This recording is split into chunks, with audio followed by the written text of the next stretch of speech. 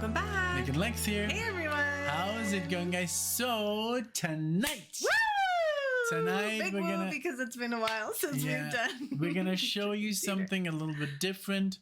This is more of our generation, I guess. The music that I grew up with from my teens into my 20s, and so this is the band Dream Theater. We were just talking about their keyboardist Jordan Rudess, but the lineup here. Usually the original drummer in this band was Mike Portnoy. Now it's Mike Mangini. Oh, okay. We got John Petrucci on guitar, John Mayung on bass, and that's it, right? Well, there's a singer, but he's not present in this video, James Labrie, and you're like, she's not a big fan of the singer, but Dream Theater, they're gonna do The Dance of Eternity. It's an instrumental, and this is from Breaking the Fourth Wall. I don't want to spoil it because I know we have this on DVD, but you've not seen it, so I'm not gonna spoil too much. I wanted to, if you don't know Dream Theater, but you like ELP or Yes, or Genesis or Jethro, all kinds of progressive bands, Kansas, all those, you'll like this. So stick around. And we have done the studio version. We have done the studio version of this song without video on the channel. Now we're doing it live. But now Alexia's gonna see it live. I've never seen this video myself. But I've seen other versions of the same concert. Okay, cool. And I don't know if they played it when we went. No, definitely not. No, because they basically just did the Astonishing, and then in the encore section, a couple of they did. Okay, but this is the Dance of Eternity. This is also from 1999, but I think this concert is from 2016, 2012. I don't exactly know. I'm not sure, but we'll figure it out. We'll put it in the description. How excited. But you guys enjoy. Our very first live Dream Theater. Yeah, this is Jordan Rudess. Alan, Jordan Rudess, John Petrucci, Mike Mangini, and John Mayung on bass. Enjoy, guys. Okay. Here we go. Thank you.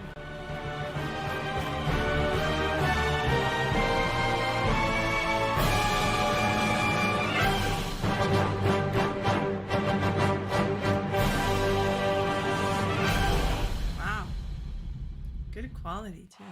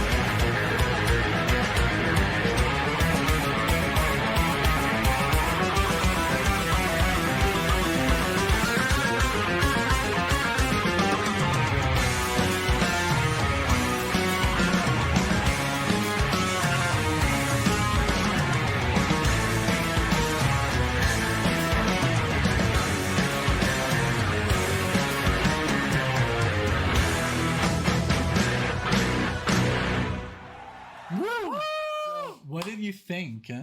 That was mind because you've never seen bending. It, right? I've never seen it live. And yes, we did go see Dream Theater live, but we have to go again because when we saw them in the Astonishing tour, it was not the same. Yeah, it was not this. It's a concept album, so we didn't have the liner, we didn't have the lyrics, we didn't know what it was about. Yeah. It was hard to understand. It was a small place. Yeah. It was at the Hard Rock Cafe, which would have been great. Yeah, in another setting. It was just we hadn't heard the album, and it's one long song. It's like a 45-minute or 60-minute long song. Yes. And we were just like, we were not getting it. So once they were done, then they were playing just songs, and we were like, that getting into it. A lot of fun. But it was not enough. Yeah, and this was absolutely something else. And I have so much I want to say that I don't even know where to start. I love. Okay, okay. Everyone is just so good. Everything. I loved the cameras. I loved seeing, for example, Jordan Rudis' setup and how everything is now so electronic too. Like he had the sheet music on an iPad, and then he had another iPad to do I don't know what, and then he had like a flame keyboard behind him. Lord knows what that's for. But to walk around. Yeah, I don't know, but it was very, very cool. I love John Petrucci too. He's always so relaxed when he's very playing. In control, very control. Yeah, and then that bass, what is happening? Six-string bass. John Mayung, also very relaxed in that part when they were both doing the same thing. Yeah, the only one, I mean, I do like Mike Mangini, but I do love Mike Portnoy so much better. He looked a little weird with that. He looked almost like he was wearing a wig, but it's not a wig. That's his hair, but it just with the black, it just looked almost like a parody. Yeah. Of the hair, but I'm a Mike Portnoy fanboy, so that I guess. But the drumming was still very good. It's just it's like exactly the same like Mike Portnoy. But this is like the music that I was listening to. That's why I never got to listen to to Rush or to Yes or to ELP, because I thought that I already had it so good, and it's not bad. It's not a bad place to be a Dream Theater fan or Symphony X or Haken or stuff like that. But that's why we want to share this, because you guys give us so much great music. Exactly. Steely Dan. It's time to give back. ELP, Rush, Yes, Genesis, all these amazing bands, King Crimson, all the good stuff we have heard. Yes, so we want to give back, and we want to maybe bring some new music into your lives that's also progressive rock. And it's also time to show some more love to Dream Theater. It's been a while since we've done a Dream Theater reaction. All of our Dream Theater fans have left. I know, but I know a couple people are going to be happy with this. Shout out to Alan Alanis. Well, he's the only guy that I know. Rudy Becker. Also, thank you so much to Rudy, and I'm sure you're going to enjoy this with us as much as we did. This was wonderful. I'm so happy that we did this. It was great to. I also want to say kudos to like the setup of the video. I loved that I could see several of them. They all had GoPros on them, so it was very cool to see several of them at the same time. The editing of that was phenomenal. You know what's crazy? Because this song, I think I've read that it has around 11 or 12 time changes. How was the orchestra keeping up with that? So just the director to keep them all in check must have been insane, because Dream Theater, they know their stuff. They're all Berkeley or Juilliard graduates, all these guys.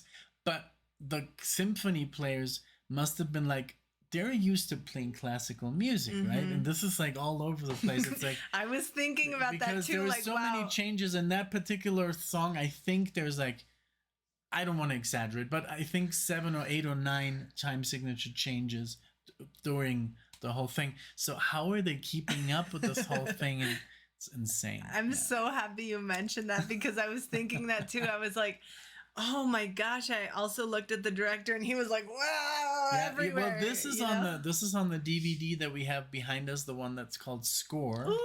That's on there. That's very cool. I think if I'm wrong, Dream Theater fans, let me know. But yeah, I've been a Dream Theater fan, I think, since 1994. And a little bit later, like 1996, and a lot of my classmates were not ready for this kind of stuff. They were like, this is too like dense, insane, like it's too wild. And so I kind of like got into my own little, world, and then I bought Liquid Tension and Shadow Gallery and the whole Magna Carta catalog that has all these tribute to Rush, tribute to Yes, tribute to ELP. But I was always hesitant because I was like, what are ELP? And I don't know. And then the guy at the store was like, oh, those are like bands from the 60s and 70s. And I was like, no.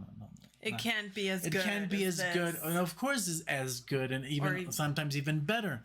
But I mean, it's just like that was the reason that we too never got into like the old prog rock, because we just thought we already had heard everything that we could.